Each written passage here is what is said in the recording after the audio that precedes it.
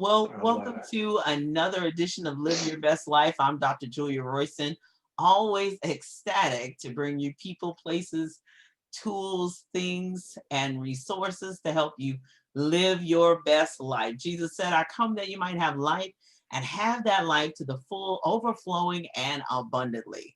So I Yes. am thrilled and excited that opportunity and schedules have met so that I can have my very special guest, Mr. Nisan Stewart, Pastor Nisan Stewart, musician, entrepreneur, all father, husband, all that good stuff in Yes. one. So first off, because I know that there are some in my audience who are like, Nisan Stewart, I don't know him.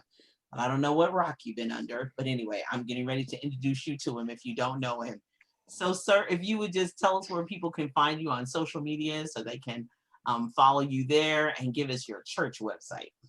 First of all, let me say hey to you, Dr. Royston, my friend, my good friend for some years. Julia, Thank is you, so thank you, good. thank you, So glad to be here with you. I'm honored to be here with you. thank you, So thank I'm you. just glad to be with you. But for those that don't know me, you can follow me on my Instagram. It's Nisan Stewart. Nisan is spelled with one S. It is a biblical name, not a car name, like most people think, from the Hebrew calendar, but Nisanstewart.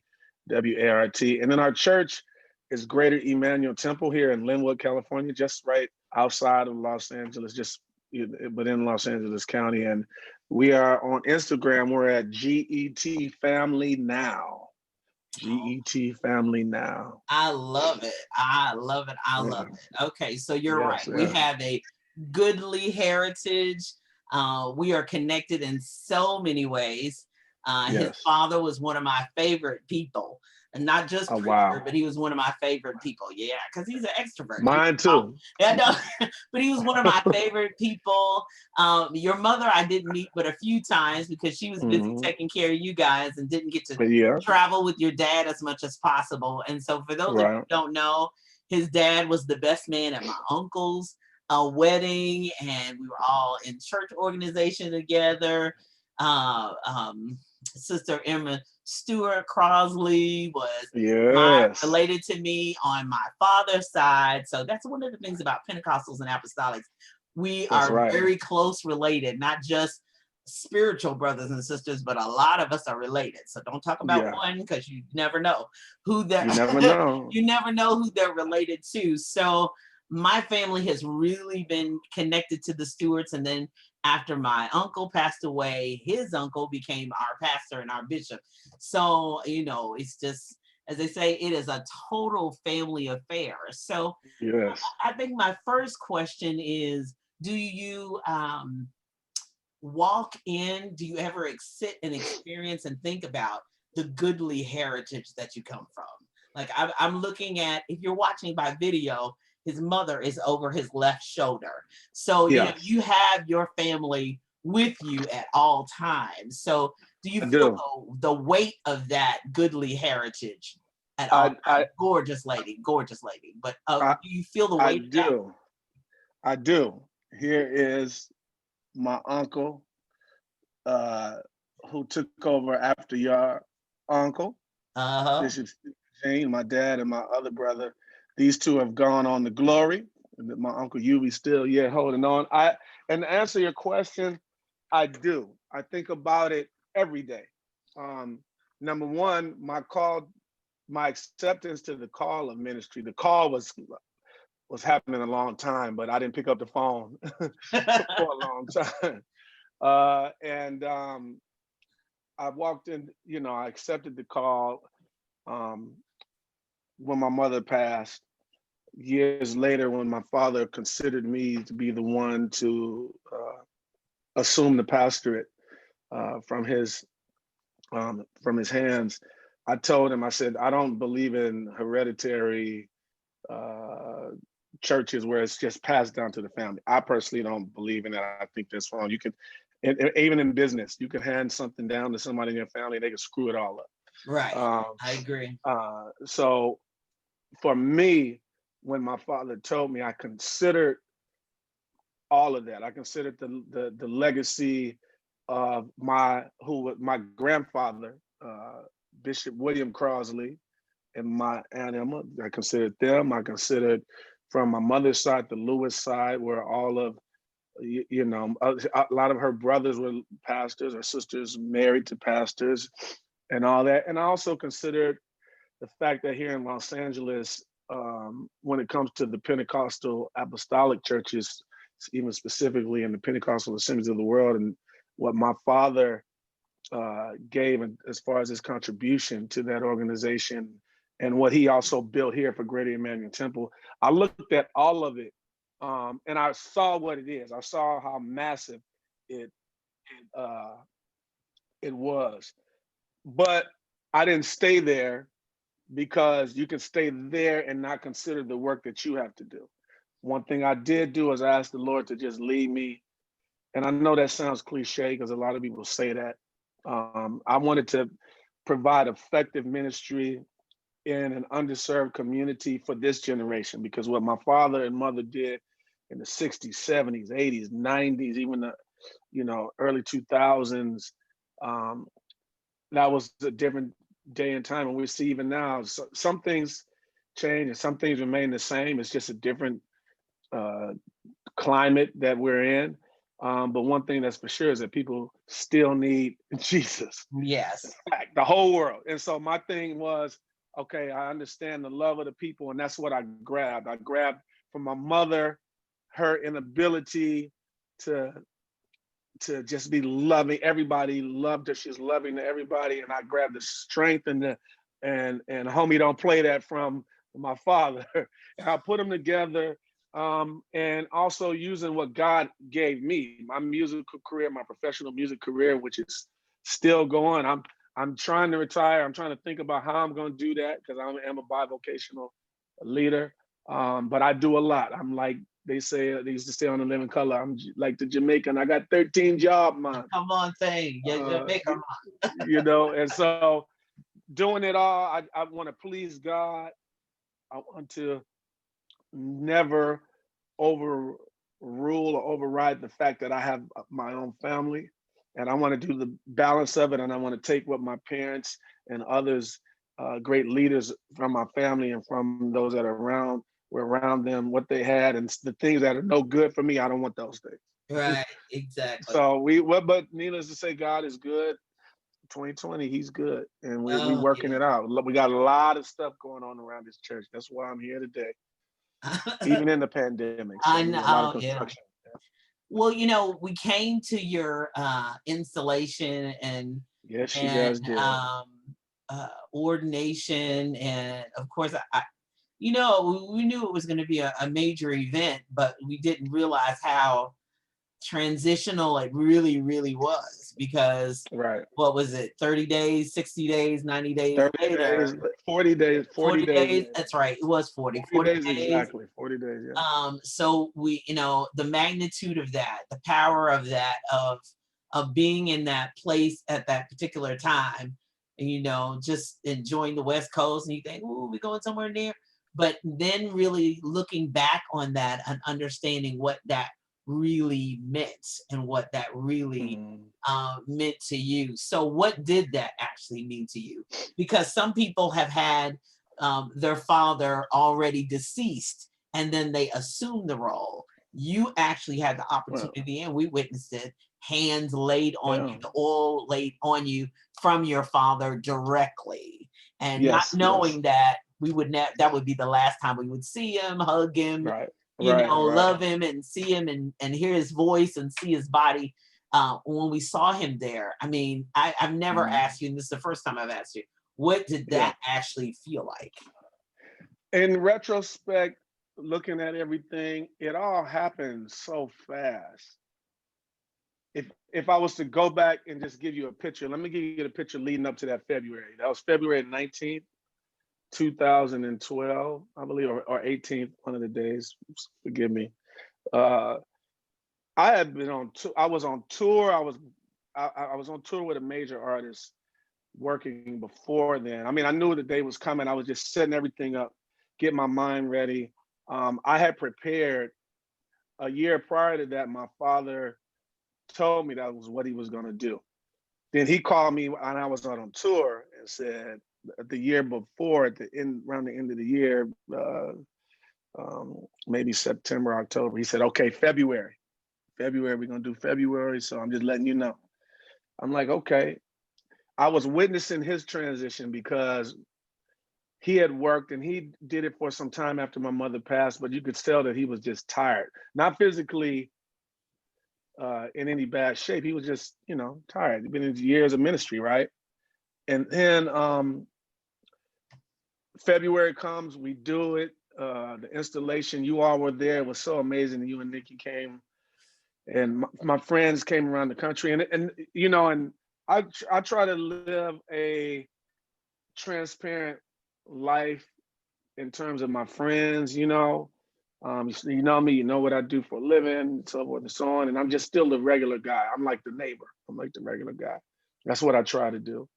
Then all of a sudden, I'm setting up after that day. I have been preaching. I have been flying back in town to preach on Sundays while I was on tour. Oh, wow. I've been doing like a lot of the work, right? The pastoral work.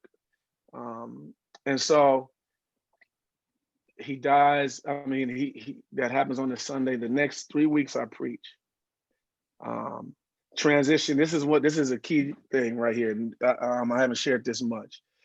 His last Sunday at church was the week Trayvon Martin was murdered. Wow. We decided to wear, and me and my father, I would go pull up to his house. And sorry if I'm talking a little long. I'm just Oh, no, going you're back into fine. someone, Keep going. and as friends, us sharing this, something good to know. I would go sit on my father's couch and talk to him about, just ask him questions about why, in our church we used to do this, why did that. We would go through scriptures and stuff like that, and we would have great conversation, right? Extremely great conversation. Sorry about that. And so what ends up happening is that week, Trayvon Martin, that I called my dad, I said, Dad, Sunday, we wearing hoodies to church, because that's crazy that they're allowing this man to be, what happened to this young man? My father's in a hoodie, in some Jordan 5s, some Air Jordan 5s, in his slacks, of course. That was that. Wednesday night, after that Sunday, that Wednesday, we go to the hospital to visit a longtime friend, another first lady out here who was sick. She was on a life support. We go to the hospital to visit her that Wednesday. That Wednesday night, I teach Bible study on the changes of the church, the vision of the church. My father's sitting in the back. His grandkids, my nieces, nephews, the little ones running around over with him in the back. So I'm trying to teach Bible study, and I hear and everybody's there. The church is there. It's good, But I do that, and then I always would say those last few weeks, or anytime I would teach or preach, Bishop, is there anything you like to say? He says, it's a great job. The vision is set. Let's go for it. Let's follow our pastor. Da, da, da. When we get outside of church that night, he is backing up. He's leaving to go home. He's like, great job, son. Great job. That's the last time I ever saw him alive. Wow. Last time, that was a Wednesday night. Thursday, I didn't speak to him. Friday morning, we were trying to reach him. He passed.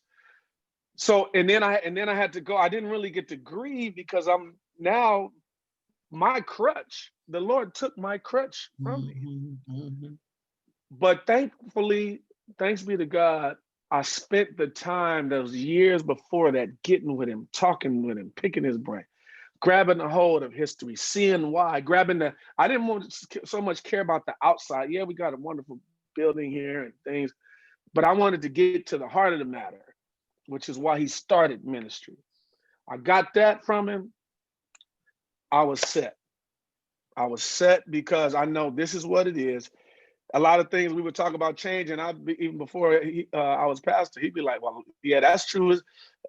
For instance, certain things about what people wear to church and ladies in pants. And we talked to him. He was like, yeah, you're right. That's true.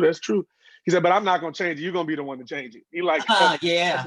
he put it on me. So Yeah. all that to say, the transition was such in a way that when I look back, God did so much in that, and now my job has been over. It'll be 9 years in February. My job is to make sure we have quality ministry. We're giving a sound word.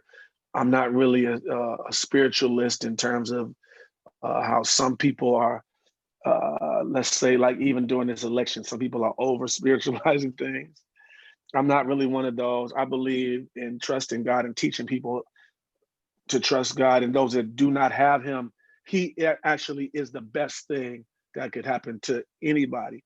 So I want to do that in a way that translates to this generation and this time while pastoring 70, 80, and 90-year-olds too, because we got a bunch of them as well as a bunch of 20, 30, and 40s, early 50s. So it's a thing, but you got to love people. And one thing my dad did is, he loved people. Oh And Lord, I yeah. really love people. I love people. So I'm grateful to be doing ministry.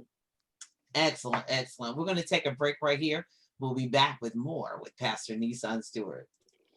And we're back having an incredible conversation with Pastor Nisan Stewart. And I'm definitely calling you Nisan Stewart or Mr. Nisan Stewart. Is not Nisan, keep it Nisan. I'm new school. Nisan is disrespectful. okay. But Listen, I really want to continue in the line of questioning, because I realize that there are a lot of young people in ministry, and there are a lot of people feeling that call, hearing that call, and wanting to know, what is the new ministry model look like? We've heard you talk about your mother and the love, and honestly being raised apostolic. I wish I had more of that love. There were some people who were just loving, and fortunately your mother was, and my mother is. Yeah. They're just that kind of people that you need love, they got it. It's just coming out their fingertips. But everybody doesn't necessarily ascribe to that model. And then the other piece is, what do we do moving forward with a new ministry model? What if it's longer than this year, 2020?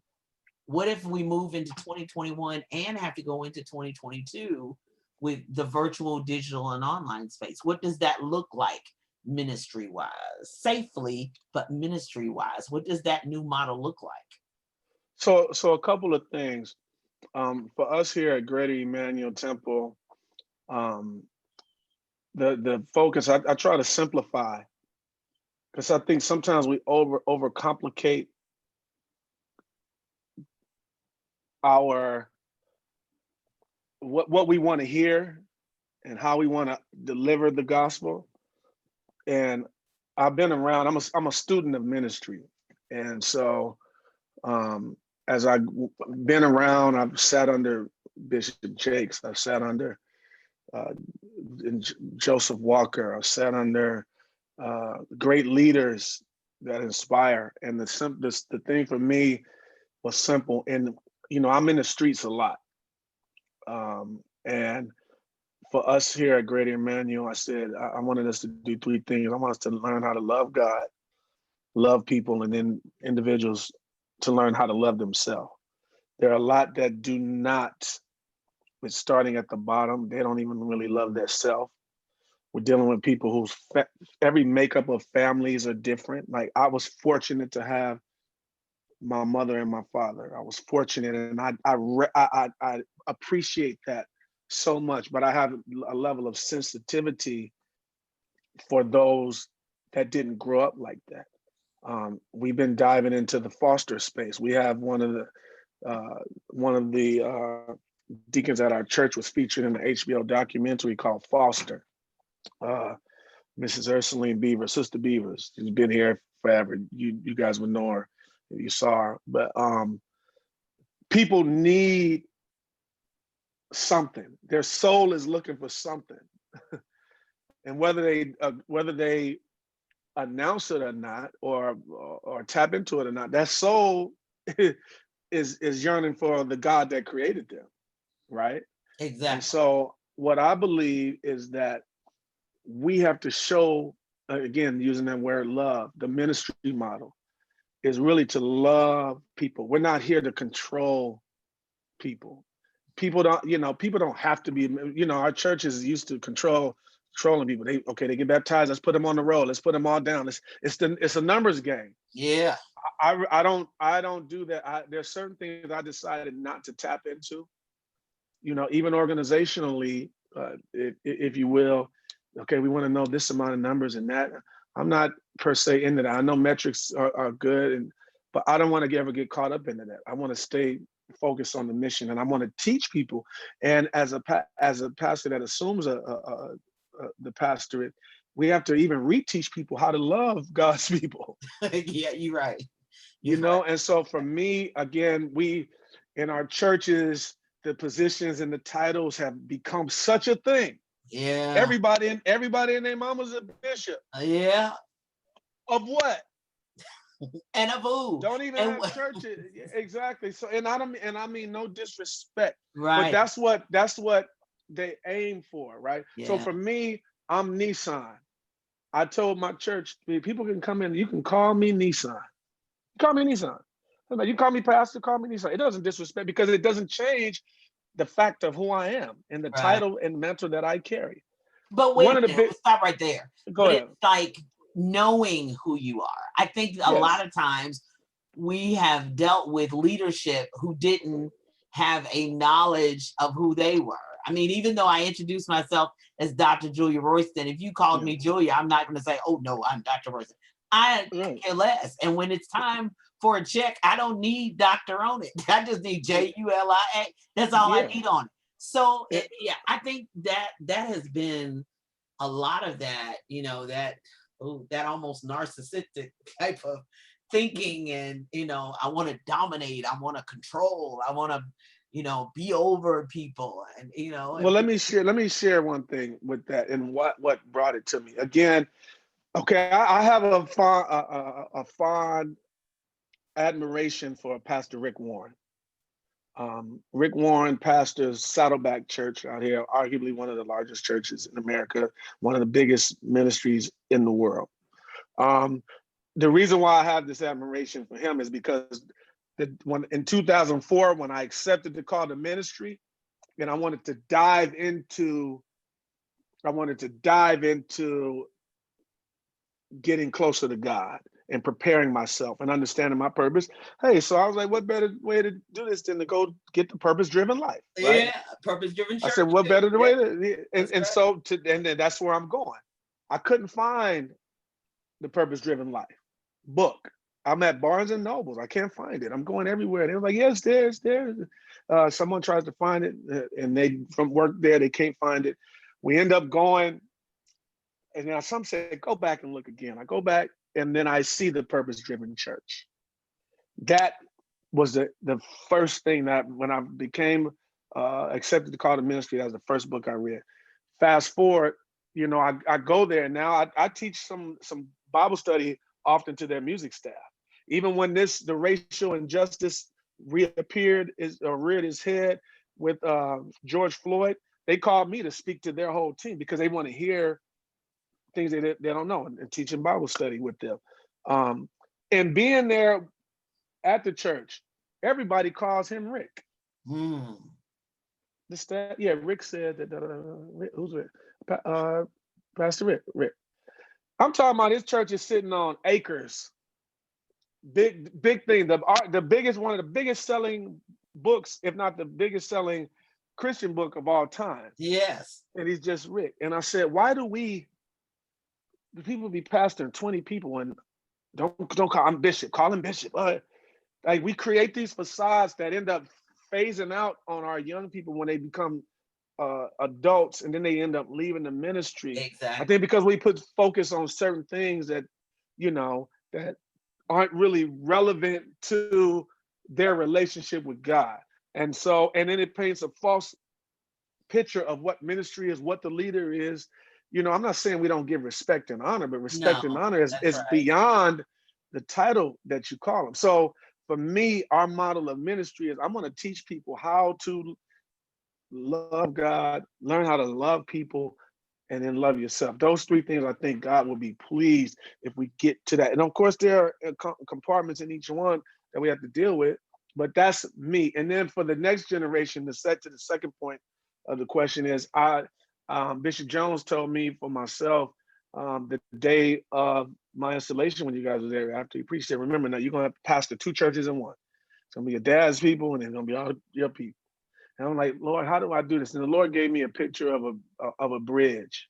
And I wanted to be like a bridge to, let younger ones understand older ones and older ones understand younger ones, still preach Jesus Christ, him crucified, died, buried, rose again, and it's going to come back and get us. And the cross is for each and every one of us, how to translate to people. And I use my level of transparency. Nikki is my coach sometimes. She coaches me.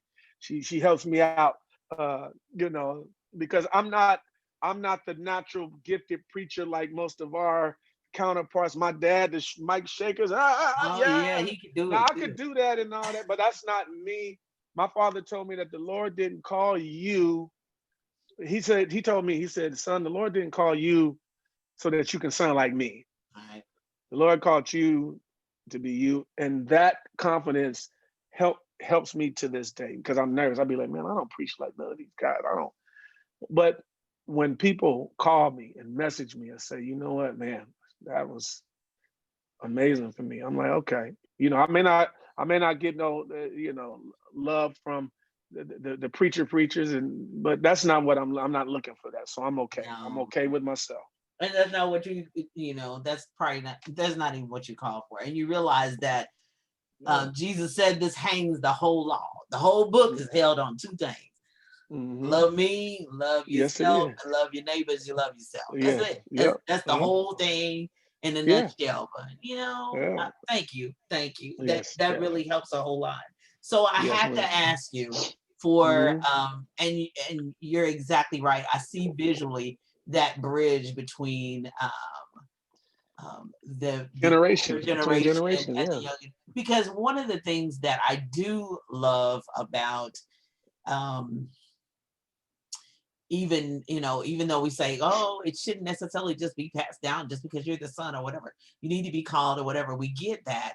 But sometimes when it's called to an outsider, they don't understand the sacrifice that was made. Yeah. Knowing, I know from my home church, the ladies who were the housekeepers and cooks and maids of other people's houses, and how they had to work hard and they brought their Mm-hmm. last. And then Yeah. I know the people who had family members die and all of that. So you're right. I'm glad that you're there to bridge that gap, because you know Yes. the sacrifices that the Yes. older ones made to support your dad's ministry. And you Yes. appreciate that, but you still have Yeah. to earn that. You have to You earn gotta earn it. that level of respect, but you respect that level of Yes. loyalty that they Yes. gave even to you. But you know that. And if you're Yes. outside, sometimes they don't know that and they don't necessarily respect that. Well, that's true. And the transitional process matters. If you look, my friend Pastor Charles Jenkins, when he took over fellowship for Reverend Clay Evans, the way that's the perfect model. If it's somebody that's not you and your family, and then even how Reverend Jenkins handed it to Reginald Sharp. That's a way that you bring them in, let them learn about the people. You can't just hand it Yes. over to anybody. Yes. You don't just hand it over to anybody. And people need to understand the value of the foundation that was laid, the blood, sweat, and tears. That's why for Exactly. me, it's so important. We did something this year for our 55th while we were in the pandemic. So if you haven't seen it, you can go and watch it on our Facebook or our YouTube page. But I wanted to pay tribute to the story. Yeah, it's always, you talk anniversary, you're always talking about the pastor and the first lady and how they did. No, this was about the people and telling the story, how they, and I give saw it. It was honor to wonderful. them. It was Yeah, beautiful. give honor to them. So Yeah. yeah, there's a way to do it. But you're right. Some people take some of these churches and they end up going, phew, Yeah, because they don't respect phew. the history. They don't respect the people, and they don't Right, respect God of the right, people. So I have to right. ask you, so with Hmm. the call, did you always want, I've got to ask you first, did you always want to be a musician? always? I just stumbled into that as a youngster playing here in the church. My brother-in-law was a drummer, bass player, guitar player. We was watching him, and uh, Emmanuel Temple, which was the name at the time, always had great musicians, and that was a cool thing to do. And we just got into it, playing in the church. And then when I was finally able to listen to some other music outside of gospel, or not, wasn't able to, because I was never able to. My father didn't, and mother didn't really allow that. But when I did, and I kind of my palette for music expanded, and then I was just having fun. I didn't know it was going to be a career. I just knew it was fun. I wanted to be good. I wanted to be good at being a drummer, and then it just happened. I just seen, you start thinking about careers. Me, I was a late bloomer thinking about my career because I was thinking I was going to try to go play football somewhere, be in the NFL. But I started football too late, But playing the drums was just that thing, and I just fell in love with it. Then fell in love with music, but that was because we were listening to music, listening to some of the best music ever. The Clark sisters, the Winans, Commission, Milton Brunson, Orlando Draper, all of these people. Like, I was listening to, we were exposed to just great music, and then I started thinking about the creative process and how they did it. And then one of my best friends, Warren Campbell, started doing it. I said, man, I'm watching him do it. Then my brother Rapture is doing it. I said, wait a minute, let me jump into that. And I think I could do that. And it wasn't planned out, but I'm glad, I'm blessed to do something that I love to do it as I was a child, and I'm still doing it today. You watch Dancing with the Stars every week. You hear the drums. That's Yes. me. That's me for the last 12 years. Everybody be So looking for Nisan Stewart. He's on the drums, Dancing with the Stars. That's what you're gonna be watching. yeah. So I'm just grateful and I'm blessed. That's one of the great things is that when you see a road and it's something that you're either working at or you're going to be good at or you enjoy, you should do what you love and love what you do, Yes. and then of course you'll Okay. definitely be rewarded. We're going to stop right here. I've got one major question to ask you Oh yeah. along Bring it the on. Bring it on. along the music lines. We'll be right back. Cool. And we're back. I hope you're taking some notes. I hope you're following him on social media, because don't be fooled by musicians and pastors, by all of them, because some of them don't carry this wisdom, and this makes you really think. And we appreciate your honesty and transparency. And I really encourage people, especially because they're homebound. Sometimes we're not able to go in the physical location of a church, but you got Hmm. to still get the word. So everybody Yeah. still get the word, and it may be happening in some different places, and we appreciate it.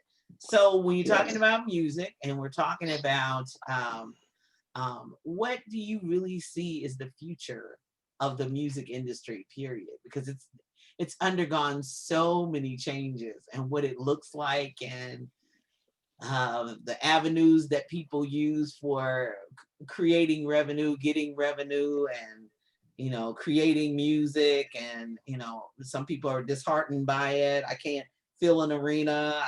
What am I going to do? I'm going to play from my house and go live from that and see whether anybody will follow me, and then the battles and the challenges and all that. So what, in your viewpoint, because you're right there smack dab in the middle of it, what should we be on the lookout for the music industry? Period. It doesn't matter, all across the board. Well, for the creative, well, what? Okay, so for the consumer,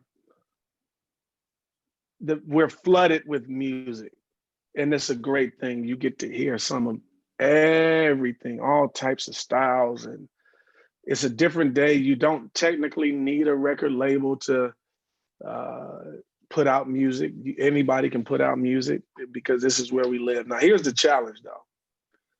When I was growing up, because you asked me about this, one of the things you mentioned, the change in the music business, in music, one of them is the sound. So, okay, I don't know if you're ready for this, if y'all could take all of this in, because I'm gonna go ahead and give you a little bit.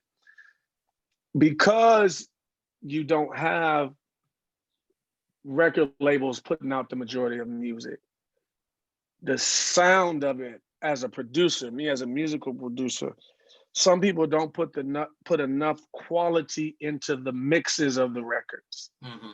So in my ear, it may not be your ear just as a listener, but in my ear, I'll listen to something. I'll be like, why does it sound like that? They didn't really mix it that well. It kind of sounded like they threw it together. So that's me as a producer. I know that's not the average thinker, but what I would like is people to dive back into the quality of the sound of the record.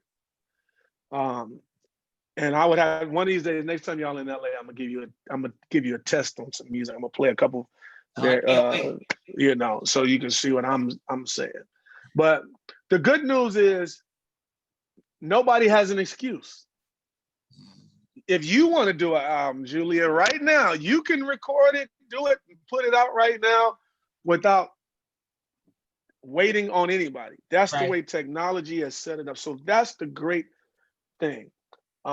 So nobody has an excuse. So you figure for the ones that aren't going to school to be doctors, lawyers, therapists, whatever, there are a lot of young people that are banking on music to bring them out.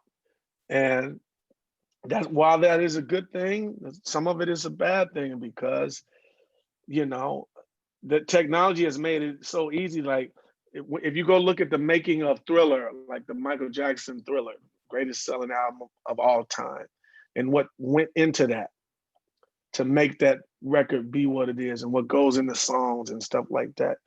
It's not really that like that anymore. There's a few people that put that much into these records. That's why these songs don't have no life. And what's they Like sound like all like alike too. It they sounds all sound all alike. alike. Sound all They alike. sound all alike and they don't have no life. Right now, I was telling the group that I was managing last year that I thought, like I stepped out on faith. I started a company called the BPM Company. And what we're doing is we're managing but that's not the premise of the organization. It's really to grab content and do things with content and help curate content. And so we're in the middle of figuring out how we want to do it. Of course, I did my podcast, Life and Beats Per Minute. We're getting ready to shoot the next season of that. But I was a group, and they were amazing. And for whatever reason, they kind of fizzled out amongst themselves. But I was telling them that right now, if I want to listen to some music to inspire me concerning the climate of the times, I got to go back to listen to Marvin Gaye, like what's going on and Yeah. things like And that. he's right on time, like he's still here. Exactly. But I would think that some of our people today would write some songs like that's going to change that. And we need that. Like, what music is going to reflect this season 10 years from now and 20 years from now? And I'm praying, I'm hoping, I ain't heard it yet. I'm hoping there's somebody up in the basement somewhere recording and writing and being creative to put something out that's going to stick with us, like those songs that came out in the 70s. That's my only concern. People are writing, but not a lot of songwriters. And God bless my friend, one of my good friends, LaShawn Daniels, who passed last year. His songwriting capability, whether it's about relationships or whether it's about issues or whether it's about God, that pen was crazy. And I'm trying to find the songwriters that are going to write and be able to tell the stories to the way that it's going to just prick our heart, maybe even, draw a tear out of our eyes, Um, so I'm waiting for that. But as far as the opportunities, everybody has an opportunity. Nobody has no excuse. You shut down, you in the house, you can get something on your phone and record You're right. if you want to. You can get a computer. So everybody should be doing stuff. But if you want it to be heard, you got to take the time, and it's like a piece of art. It's like painting a picture. You don't just record it one time and just put it out. That don't work for every moment. No. Some moments that do, but sometimes you got to sit and rest with that song for a year, 6 months, whatever, or weeks, whatever the case may be. But I'm excited because I just love listening to music. But I'm soon gonna make my exit from that part of the game. I understand. Uh, Well, I write books, and yes. so when I put it out there about when we got ready to go back to school, and I knew, I'm different. Even when I write my books, I said, God, this is a different time. I want to make a mark. I want to do something. I want to say something. And the Hmm. next day, he gave me a poem, and then I had it illustrated as a children's book. But when Uh, I inquired about this season and this time, and the reason why I'm bringing it up is because you said, somebody needs to talk about this time in this season. Most of the writers groups, the author creative people, they said it's too depressing to talk about. It's too depressing. And of course they were of a different hue and culture. So yeah, therefore yeah, they were like, just ignore it because it's going to pass. And you don't want to focus on it because they may not have any time on the shelf. And it may not, I was like, the Bible has lasted all these thousands of years. And y'all yeah, trying to tell me I should not address the season that we're in to just yeah. mark the time, even if it is in a small children's book. So I think Hmm. sometimes people don't want to be considered time stamped, but I'm like, we still Yeah. need to have something that represents this time. Right. And It's- and and to that point, there are some people, and I don't want to make it seem like I'm saying there is nothing, but I'm talking about what's going to go out and be mainstream. The radios, they do the radio stations, a lot of media outlets, they do a horrible job of that because they're searching for the next record, the next big record that's talking about whatever's going in the clubs or whatever. But there are some writers that are doing things, but you're right. We have to. This is a part of history. We have to write about it. And for those that say it's depression, write about it from the depressed state. yeah, There's somebody. It's going to translate to somebody. You know what I'm saying? So, whatever. Write about how you feel. Write about what's going on. Like that. I mean, I'm sure if Marvin Gaye was here and we asked him the concept of what's going on and how it happened, he would tell us exactly that.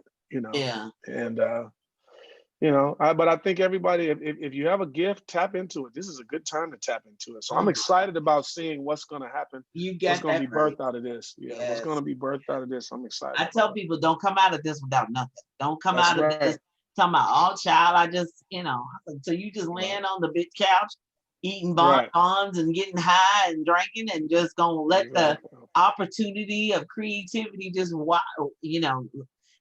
pass you by? Are you kidding? Right. Why would God Right. stop the world for these Come many on months now. and you come out with nothing? You come out with not a Come on. song, not a poem, Mhm. not a hymn, not a nothing. I was like, You oh, talking right? I'm not that girl. I'm not that girl. I'm gonna come out with a whole lot in my hand. Okay, so Yeah. my mind goes, I just need two things. Okay. I'm gonna Okay. let you go. I Okay. need two nuggets on what you feel are two really important keys to living your best life. I ask everybody I have on, I don't know, for you, what does that look like? Number one, and is coming to find yourself and accepting who you are and accepting what the challenges that you have. I think you have to be okay with it. You gotta be okay with who you are, right? Yeah. Now you don't have to be. That doesn't mean there's some changes that need to make. You have to just be okay. Okay, this is who I am. This is what I'm dealing with. This is what's happening in my life. This is what has happened to me. Now, how am I going to move to get? If my goal is that, how do I get from here to there? I think the first step is accepting it, learning how to love yourself. But again, an extension of that is who are you around in this season? Mm. Who are you around? Who are you tapped into? Who do you allow to In your mentor you? space. Because I Yeah. believe everybody needs a mentor. Who do you allow to correct you? Yeah. Or do you feel that, but that all of that points to humility. Yeah. I know so many people going through so many things, and the main problem is they don't have a true mentor, somebody that they can listen to and take what they give you and then go and apply what they gave you. So you got to tap into yourself in that regard. You got to tap into yourself, and I think therapy is that was taboo in the church. I think that's one of the and Sir, that's a whole show every by itself. That's right a whole show by itself. every pastor is not a counselor, Mm. just like every pastor isn't an accountant. Right. So just because you called to be the pastor, you don't need to handle everything. No, I got somebody that does that. I got somebody that and in counseling, I counsel up to a certain level. And when it gets past that, I got okay, let me refer you to some professional. So therapy is good to get into that, you know. So that's one of the things. The second thing is I really believe that if a person is going to make it and is going to achieve the happiness in the journey, because happiness is really key for me. I think you don't get complete happiness without God. I don't think that you can achieve it without God. In a world where you have social media, you have this and that, and the reasons why we're doing things, and I'm serious. My scripture that the reason why I do ministry today, the way I do it, and I'm confident in God. First seek ye the kingdom of God and his righteousness, and all these things will be added to you. So to me, not only is it about what I do here in ministry, but my relationship. And you know, there may be people that's listening that aren't believers. You could be this, you could be that, you could be Hebrew Israelite, you could be Muslim, whatever. I get it. But I'm here to tell you the happiness that I have, and not perfection that I have, but the happiness I have is because I know who God is. I know that everything that I have is temporary, everything. Mm-hmm. And I'm aiming for eternity, right? Yeah. And so I believe that you can go farther with God in life. And that's just what I believe to the there's nothing, nobody can sway me in that. I've lost parents, I've lost money, I done had tons of money, lost tons of money. You know, that stuff comes and goes. And had this, that, whatever, you know, whatever if I could see it, I considered it mine. You know what I'm saying? Right. That's was the way I am in that type of confidence. But it was when I really learned what life is really about, you know, from the beginning to the time he allowed me on this earth to the time he takes me from this earth, whether by the grave or by the second coming. Listen, I know what this is, and I'm okay. So that's for me. I know that's I hate that, you know. Well, I don't hate that I had to go that route. That just is what it is. It show is what it is, and I think that's the reason why we're in the season we're in to get it down Yeah, to it. I, yeah, yeah, you yeah, know, yeah. that whole denominational, you believe that over there. I said, when it's all said and done, this has been my opinion for a long time. Uh, you know, is that when it comes down to the end, you with God or you're not. Yes, That's just it. You know, yeah. and he That's taught no understands where all denomination. that is in between. But is Yeah, Jesus not? yeah. Just, No denomination, mm-mm. nor your party, whether it's red or blue, donkey or Yeah, elephant. yeah. None of them will be represented in Mm-mm. glory. They will have not a special section in glory. So it's about him. That's a whole nother topic. I know that's when we get ready to get into that. Maybe I'll wait till when I'm getting ready to retire. I don't want to hurt nobody's feelings. I know And we you. come back and do it again We come to back to it again. about our denominational Oh affiliations Jesus, and that's how gonna be a we special. how we've tried to mandate that for the word. That's a whole nother thing. But God is working. Thank God He's working on all of us, and He's revealing a lot. Yeah, he's revealing a lot of us, and he's revealing a lot about himself, and he's revealing a Yes. lot Oh about yeah. the casting down a lot of things that we've Yes. not only Yes. just Yes. imagined, but we've thought and been Yes. taught and transferred to us. But at the end of the day, living our Mhm. best life is having a That's right. relationship with him. That's it. I think That's that's right. going to That's be right.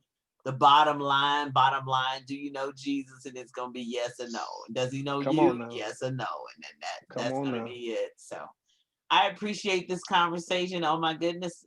I've got about 25 other conversations and questions I want to ask, but that'll be for another time. And Yeah, we'll do hopefully another when I'm time. on Anytime. California, thank you, sir. So Anytime. hopefully I'm on California soil and we're sitting and looking at some ocean and some Come on sand at now. my toes. Let's do that. I'm getting ready. I'm getting ready to drive by the ocean today. I got to take Oh my man, don't son to tell me about it. basketball practice. I may try to send y'all some pictures or something. Yeah, send us some sand. Let There us you see go. something else besides.